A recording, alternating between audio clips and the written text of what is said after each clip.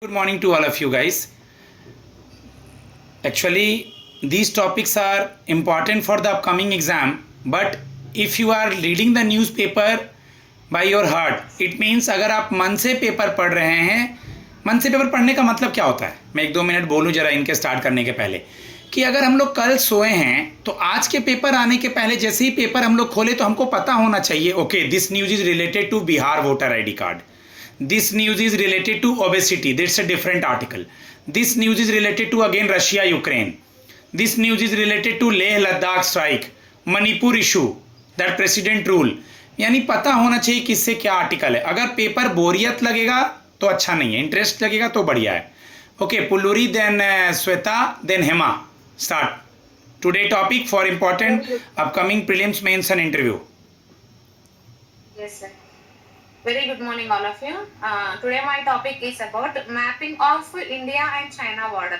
So the context speaks like the recent debate in related to India and China border that is offering the contrast perspectives on the boundary alignments and also their legitimacy. So India and China border disputes remains one of the most complex territorial conflicts within Asian continent, and it is also involving the divergent historical claims and also the geopolitical interests. So historical maps and agreements which are including from the era of Manchu era maps and Simla Convention which was happened in 1914 are the central interpretations of the this boundary issue and all. So we have Simla Conference in 1913 to 14 and Akshay Chin alignment in 1899 and many agreements that were happened between them, but the issue has not resolved till now. So the negotiation dynamics like this no concrete evidence will be there on formal territorial swap proposals exist, which is means means this was happened in Aksai Chin, which is near to Arunachal Pradesh, and both sides are discussed as a package deal covering the entire boundary trade and also the geopolitical issue. So there are some strengths and also weakness. So coming to strengths, the we can means according to historical maps of 1721 and 1761, they show that China did not control Trans-Himalayan or a trans-colonial region, and the Simla Conventions told that it validates the India's claim over Arunachal Pradesh, and watershed principle also that was happened in 1899 within the alignment of Aksai Chin. And there are some challenges because strategic importance of Aksai Chin means before I have told no about that was happened in Arunachal Pradesh. So that is on the Tibet highway, and the political instability is the major issue here. It is a major challenge here. During it was started in 1940s, but it completely weakened the India's diplomatic assertion. So the conclusion says that bilateral dialogue has to be structured in acknowledging the historical evidence, and the confidence building has also must be done because military disengagement and also the border management and improving means improvisation in the communication mechanisms also has to be done between both the nations like India and China, so that the dispute may end soon. And geopolitical balance also, they incorporate the trade and also the security dimensions which are into the settlement to create the interdependence between them both the nations India and China. And the principal settlement also has to be done like the solution, it is the solution that will avoid the victory or defeat, that will ensure the dignity between both the nation and dignity for among means between themselves, dignity between themselves also for China's dignity and also the India's dignity. Please conclude. So this has to be done. So this has to be done. Mainly here the way forward is this bilateral dialogue has to end with the confidence building itself. Both the means both the minister, both the chairpersons or both the ministers or whatever it may, both the presidents have to align and they have to talk with each other so that the protocols and the improvement communication will be done. Amending a topic. Thank you. Good, very good. Next. Yes, sir.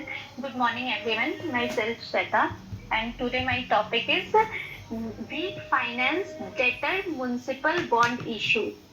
Sir इस topic में दो तीन important point है। ये topic SEBI के द्वारा, ये चीज सेबी के द्वारा बोला गया है।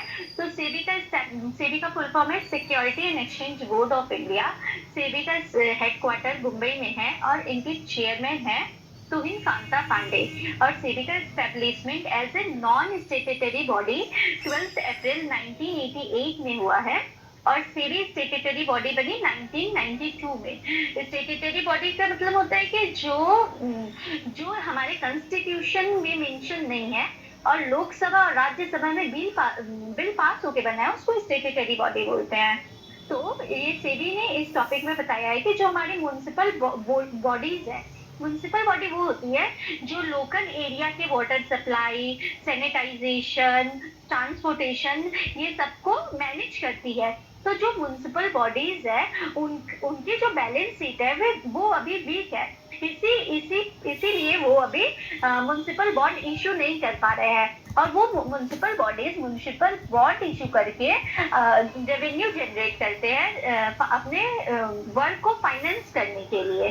तो वो अभी उनके बैलेंस शीट वीक है, तो वो अभी म्युनिसिपल बॉन्ड इशू नहीं कर पा रहे हैं। तो सेबी ने ये भी कहा है कि उनको दूसरे साइड भी देखना चाहिए, जैसे एसेट मोनेटाइजेशन। गवर्नमेंट को एसेट मोनेटाइजेशन भी करना चाहिए। एसेट मोनेटाइजेशन का मतलब होता है कि गवर्नमेंट अपनी प्रॉपर्टी लीज में देके रेवेन्यू किसी प्राइवेट कंपनी को लीज में देके और रेवेन्यू अर्न करती है और उससे अपने रिक्वायरमेंट को मतलब जैसे सैनिटाइजेशन करती है, सप्लाई में, सैनिटाइजेशन में, वाटर मैनेजमेंट में जो फाइनेंस लगता है उसको फुलफिल करती है। और फिर दूसरे साइड भी देखना चाहिए, जैसे रियल एस्टेट में real estate investment trust issue करना चाहिए, इंफ्रास्ट्रक्चर इन्वेस्टमेंट ट्रस्ट इशू करना चाहिए। इस तरह से म्युनिसिपल बॉडी को अपना फाइनेंस जो कि अभी बैलेंस शीट वीक होने के कारण म्युनिसिपल बॉन्ड से नहीं कर पा रही है, तो इन सब साइड से भी उनको करना चाहिए। तो रियल एस्टेट इन्वेस्टमेंट ट्रस्ट क्या होता है आपका? Sir, real estate investment trust का मतलब होता है कि म्यूचुअल फंड जैसा होता है। जैसे एक कंपनी सबसे डिफरेंट पब्लिक से, जनरल पब्लिक से पैसा उठा के म्यूचुअल फंड में इन्वेस्ट करती है, वैसे ही रियल एस्टेट इन्वेस्टमेंट फंड होता है कि एक ग्रुप, एक company different normal public, general public से पैसा रेज करके रियल एस्टेट में इन्वेस्ट करती है और उससे जो इंटरेस्ट मिलता है उसको जिनसे जनरल पब्लिक जो इन्वेस्ट किया है रियल एस्टेट इन्वेस्टमेंट ट्रस्ट में, उनको रिटर्न करती है। बस ये टॉपिक में यही था। Good. अब मैं अपना सेकंड टॉपिक स्टार्ट कर रही हूँ। My second topic is from the yesterday newspaper. How are court protecting personality right. How are Bollywood actor like Aishwarya Rai Bachchan, Abhishek Bachchan flagging the misuse of their voice likeliness from the AI generated content? What are personality rights? Will such injunction by the judiciary restricted free speech? Sir, ये article में mainly तीन चीज के बारे में discuss किया गया है। 3 पॉइंट मेनली डिस्कस किया गया है। फर्स्ट पॉइंट है पर्सनालिटी राइट। तो पर्सनालिटी राइट होता क्या है?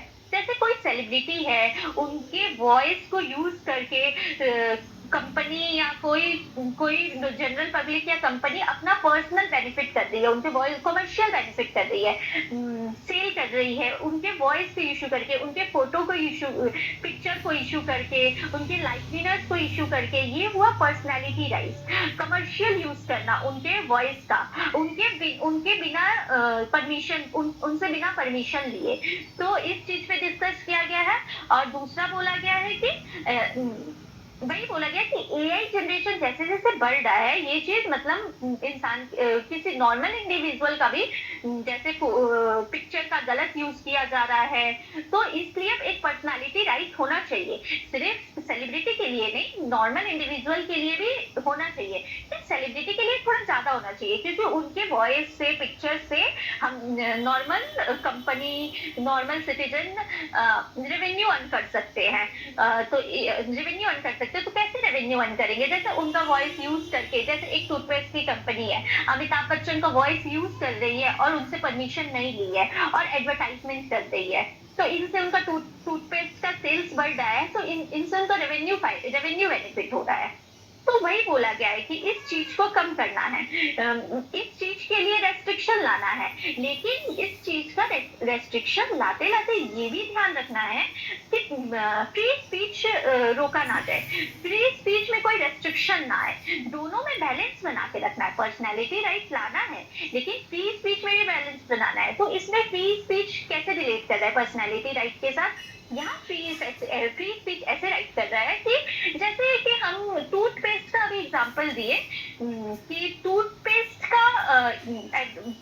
में अमिताभ बच्चन जी का वॉइस यूज करके सेल्स किया जा रहा है, तो ये हो गया कमर्शियल पर्पस के लिए, तो इसमें रेस्ट्रिक्शन लगेगा। लेकिन यही हो गया कि जैसे कॉमेडी शो आता है कपिल शर्मा का, उसमें अमिताभ बच्चन का कोई वॉइस, मतलब उनसे रिलेटेड कोई वॉइस इमेज लेके उनसे कॉमेडी किया जा रहा है, मजाक किया जा रहा है जस्ट, तो ये रोका नहीं जाएगा, ये रेस्ट्रिक्ट नहीं किया जाएगा, ये एक पर्सनल, अगर ये एक फ्री स्पीच हो गया, अगर ये ठीक है श्वेता, कंक्लूड, तो श्वेता कंक्लूड करो।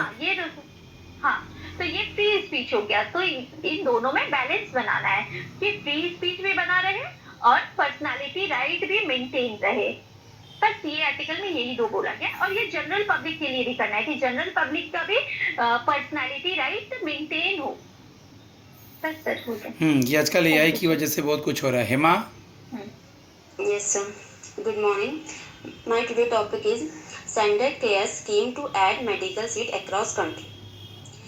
गवर्नमेंट ने अप्रूव किया है कि वो मेडिकल सीट बढ़ाएंगे इंडिया में, तो ये गवर्नमेंट बढ़ाएंगे 5000 post graduate and 5023 under graduate seat 2028-29 तक, और इसका फाइनेंशियल आउटले है 15,034.5 करोड़, और सेंट्रल गवर्नमेंट इसमें कंट्रीब्यूट करेंगी 10,303.20 करोड़, और स्टेट कंट्रीब्यूट करेगी ₹4,731.3 करोड़। और इसका ऑब्जेक्टिव है कि ये इंक्रीज करेंगे नंबर ऑफ डॉक्टर और स्पेशलिस्ट डॉक्टर का कंट्री में, और जिससे हेल्थ केयर सर्विस इम्प्रूव होगा, और मेडिकल और स्ट्रेंथिंग मेडिकल कॉलेज, जो अभी मेडिकल कॉलेज हैं और हॉस्पिटल हैं वो स्ट्रेंथन होंगे और अपग्रेड होंगे, तो उसके लिए कॉस्ट है ₹1.5 करोड़ पर सीट के लिए। इसका इम्पोर्टेंस है कि इंक्रीज करेगा अवेलेबिलिटी ऑफ डॉक्टर्स कंट्री में और इम्प्रूव होगा हेल्थ केयर सर्विस। और सेकंड है कि एड्रेसिंग रीजनल डिसेबिलिटीज, जो ये असमानताएं हैं वो कम होंगी और इम्प्रूव होगा एक्सेस और एफोर्डेबिलिटी। और current status medical college India में हैं 808 मेडिकल कॉलेजेस हैं, और MBBS सीट हैं 1,23,700, और ये ओवर पास डिकेड में 69,352 MBBS सीट्स एडेड हुए हैं, ग्रोथ 127% से, और पोस्ट ग्रेजुएट हैं 41 सीट्स हैं, और उससे 143% राइज हुआ है। जो ये और गवर्नमेंट एक न्यू रेगुलेशन लाएंगे फर्टिलिटी एलिजिबिलिटी के लिए, रिक्रूटमेंट के लिए, जिससे अडॉप्टिंग अ मोर इंक्लूसिव और कॉम्पिटेंस बेस्ड अप्रोच है। Sir thank you. Good, very good बेटा। गाइज, जो लोग भी टॉपिक बोल रहे हैं बढ़िया ट्राई कर रहे हैं, इसका उनको फ़ायदा मिलेगा। और यस्टरडे LIC AAO का और IBPS क्लैरिकल का भी आ गया है। आज IBPS का रिज़ल्ट आ जाएगा प्रीलिम्स का। कल मैंने लिंक डाला था, आज से कल तक या आज लेट इवनिंग तक, आफ्टरनून तक आ जाएगा, ठीक है। और आगे आने वाले एग्ज़ाम्स प्रीलिम्स के लिए ऑल द बेस्ट। पढ़ाई करते हैं बट न्यूज़पेपर को मिस ना करें, स्ट्रैटेजी चेंज करें, न्यूज़पेपर को मिस ना करें। For prelims, mains and interview, my number is 7503235358।